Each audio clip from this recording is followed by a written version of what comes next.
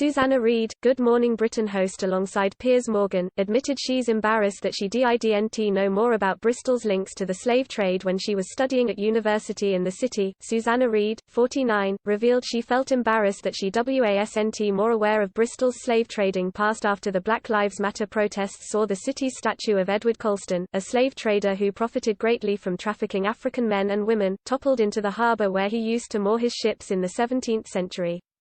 Since the removal, a number of other prolific British statues across the nation have been taken down due to their links with racism and imperialism. The protests were triggered by the death of George Floyd.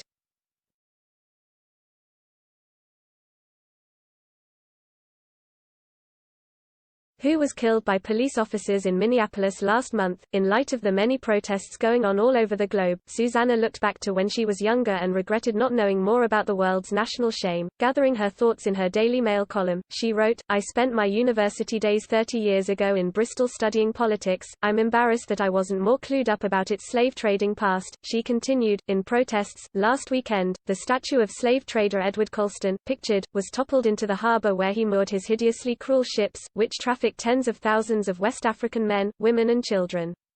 And the city's concert venue Colston Hall has committed to finding a new name.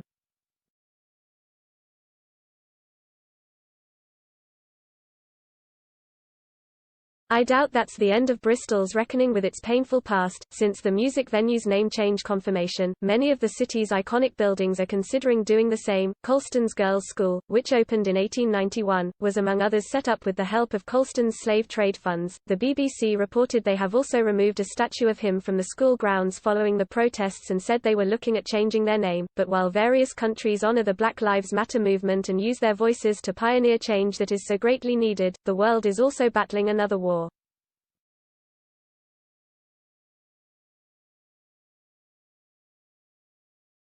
The coronavirus pandemic is still rife in areas across the planet, and while some places have nipped the deadly illness in the bud, the UK is still reporting new cases as the government continues to ease lockdown to try and start the economic recovery process. But Susanna is worried that she is one of the only people who is still abiding by the lockdown rules, which are still in place despite some relaxed measures. Am I the only one who's still trying to follow all the rules?